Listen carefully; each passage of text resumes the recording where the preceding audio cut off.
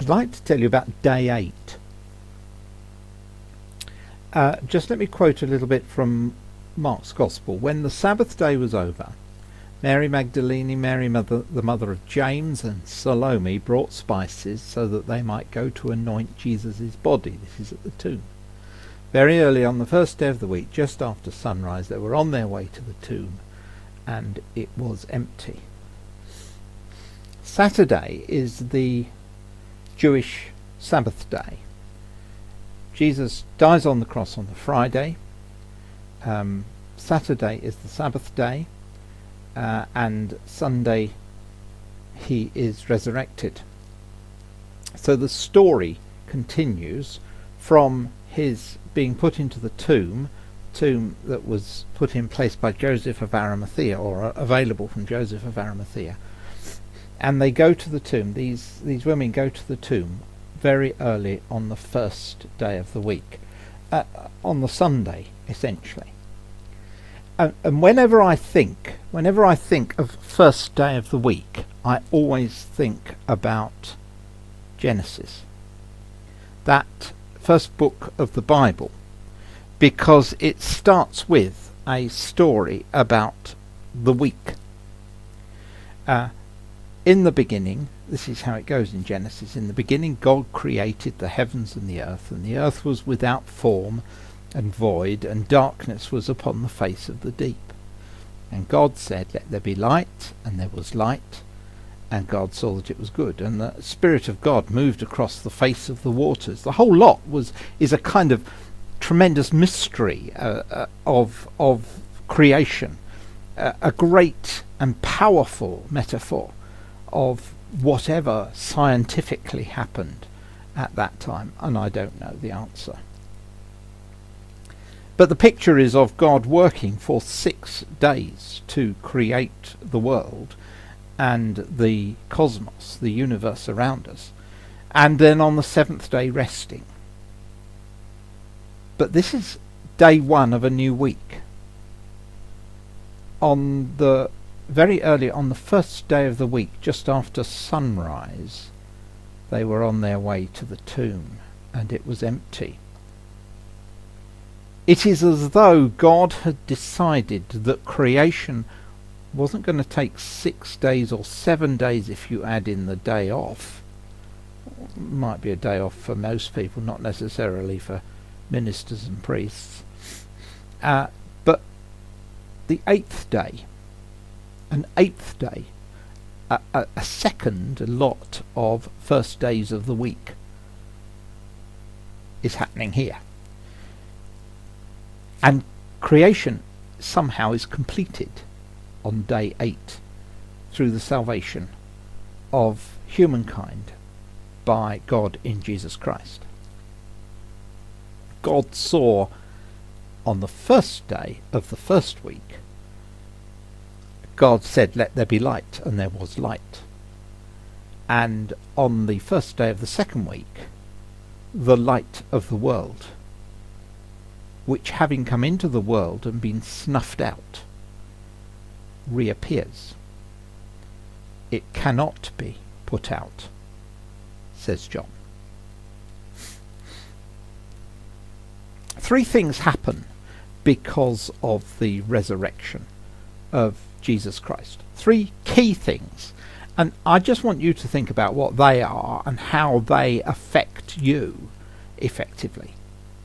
The first one is that all the miracles, the pronouncements, the Old Testament prophecies, and the doubts and the wonderings that there must have been about them, all of them are proved to have been true, because the complete impossibility of the resurrection of a tortured, damaged, and dead human body is something that happens. Miracles happen. The ticket that says that Jesus was on the journey as the Messiah is stamped on this day as being genuine. I sometimes watch those programs on the television where a painting has been discovered somewhere in somebody's loft or even in their front room somewhere, and they've looked at it a few years past, trying to decide whether or not it's a valid picture by a well-known artist or whether it's a fake. And the program lasts for about an hour, and slowly one is pushed to the edge of one's seat with anticipation as to what's going to happen at the last minute. The evidence starts coming in from here and there when they do x-rays of the painting, or they take it to a particular through a particular scientific process to determine the tints that were being used in the particular paints and whether the backing is correct, and so on. And the evidence slowly comes in, and finally the painting is taken to some authenticating agency.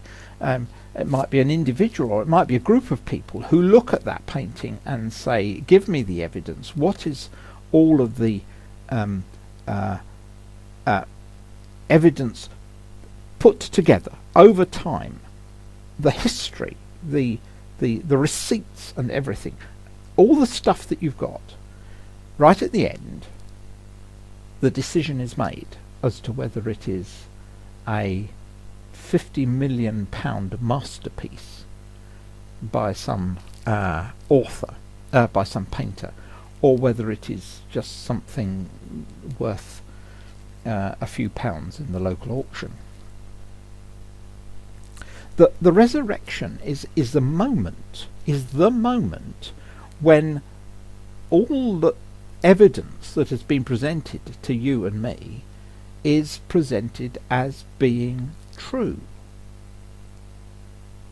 People don't get resurrected from the dead. They didn't before, and they don't now. You and I know that. But Jesus did.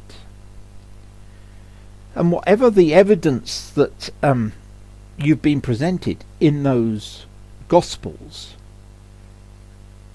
you no longer need to be so sceptical about it.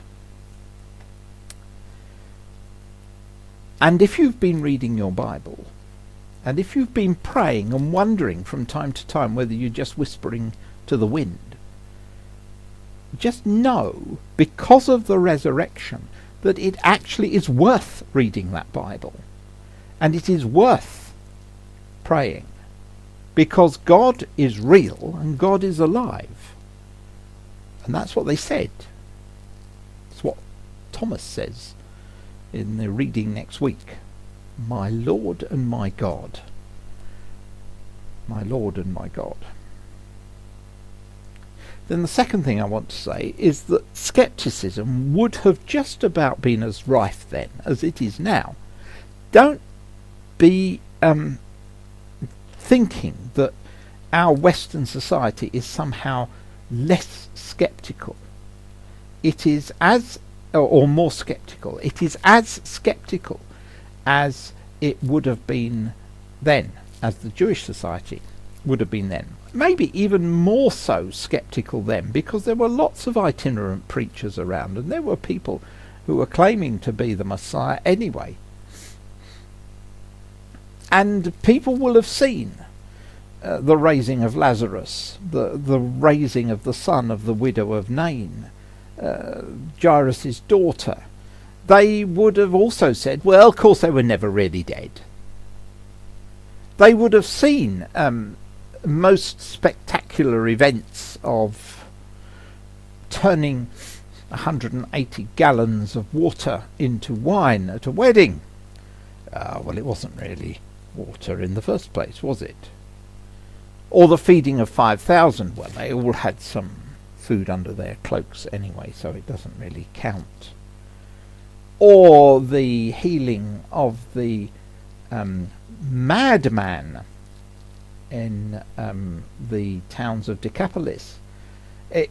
it was as if all these healings and everything else could be explained away if you were a skeptic. But one thing you can't explain away is an absolutely undoubted public execution of an individual by the Romans, who were extraordinarily good at executing people and making sure, incidentally, that they were dead at the end of it. The last thing they wanted to do was to say they didn't really execute properly. And he was going to have to, if he had been executed all but within a millimetre of his life, he was going to have to somehow recover from that completely for the next day on a meeting with his disciples in one place and disciples in another place. It doesn't bear examination, because it doesn't give you any evidence that he was within that inch of his life. The other two guys who were crucified on the crosses either side of him had their legs broken. And they had their legs broken, at least according to John, because they were not yet dead, and they wanted them dead before the Sabbath day, before the Saturday, and it was Friday. Sabbath day started at 6 o'clock in the evening on a Friday.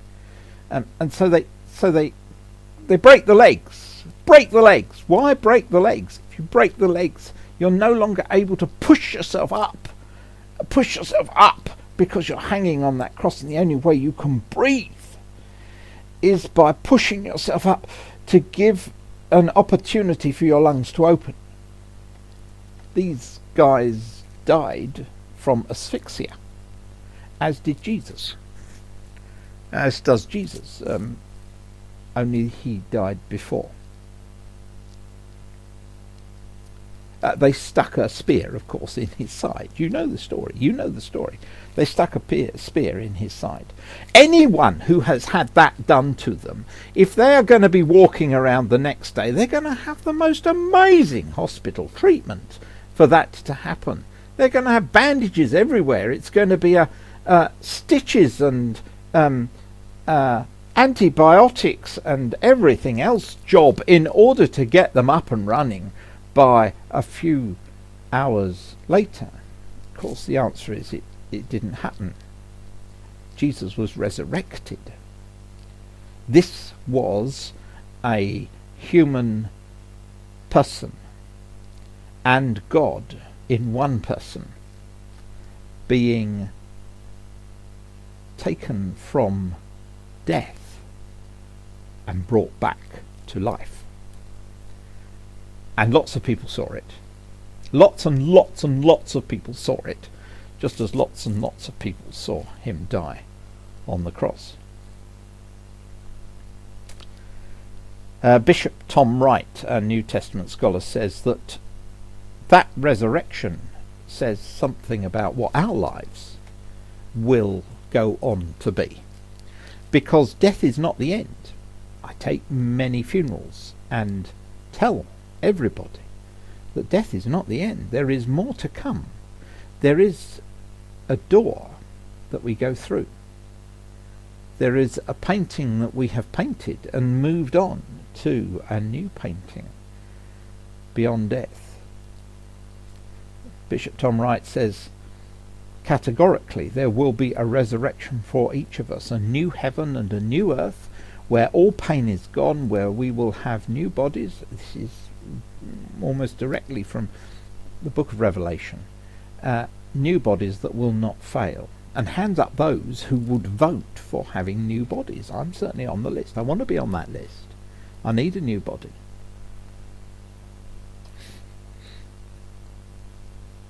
Finally, third thing, the resurrection means that the crucifixion was not just of a human being, but was of God.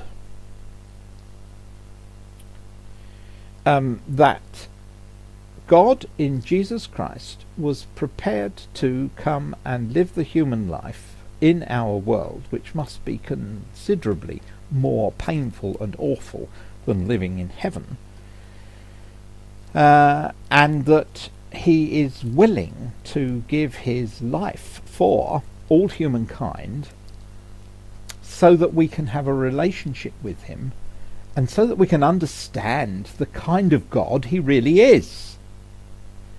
That he is not a God that is racist, focusing on one race, that he is not a God that has so much vengefulness and wrathfulness that he wants to destroy, but he is a God of love. And it is rare that people are prepared to give their lives to die for, essentially, those that they love. We call them often heroes. Maybe you would be prepared to die for the people that you love most. But would you be prepared to die for your friends rather than those that you love in your family? Would you be prepared to die for your neighbour, your physical neighbour who lives next door to you? Would you be prepared to die for the people that you don't like? And if the last person in the world was somebody that you didn't like, would you die for them? Jesus is on that cross dying for all humankind, for friends and mother and brothers and sisters and enemies, for the whole dross of humankind, for Jew and Gentile, for poor and rich, for us all, for them past, them present, and them now. Grammatically very poor, but I can't help that. He was prepared to do all of that because God wanted to do all of that. God wanted to die for his world. That is a picture of the size of the love of God. You know, wide as the ocean, high as the heavens above, deep as the deepest sea. That's one of the old songs that used to sing at Sunday school. But also, my God is so big, so full of this love, so incredible is this love. And it dies on the cross, and it comes back to life again. In dying for us is a victory. Dying is a victory. That seems to be the wrong thing ever to say, isn't it? But dying is actually a victory. Jesus' death is a victory. It is a victory because it takes everything that is the dross of our humankind, and he takes it. He takes it on himself on that day. Everything that you can throw at him, he takes it. And he dies. And he still says he loves us. He still says to this guy next to him that he's never met before, other than it's on a cross. He still says to him, I'll see you tonight in paradise.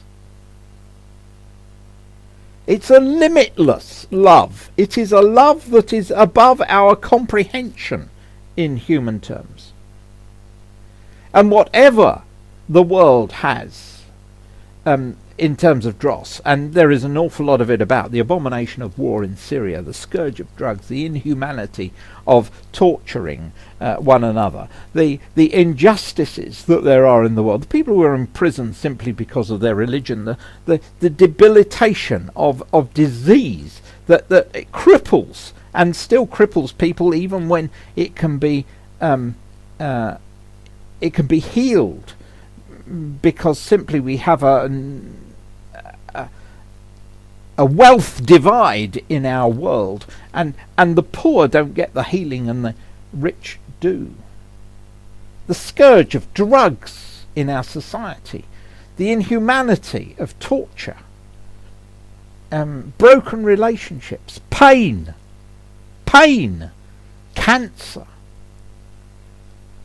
It all seems to be something which grinds you down and grinds you down, but it is something over which Christ on the cross takes on himself and comes alive again.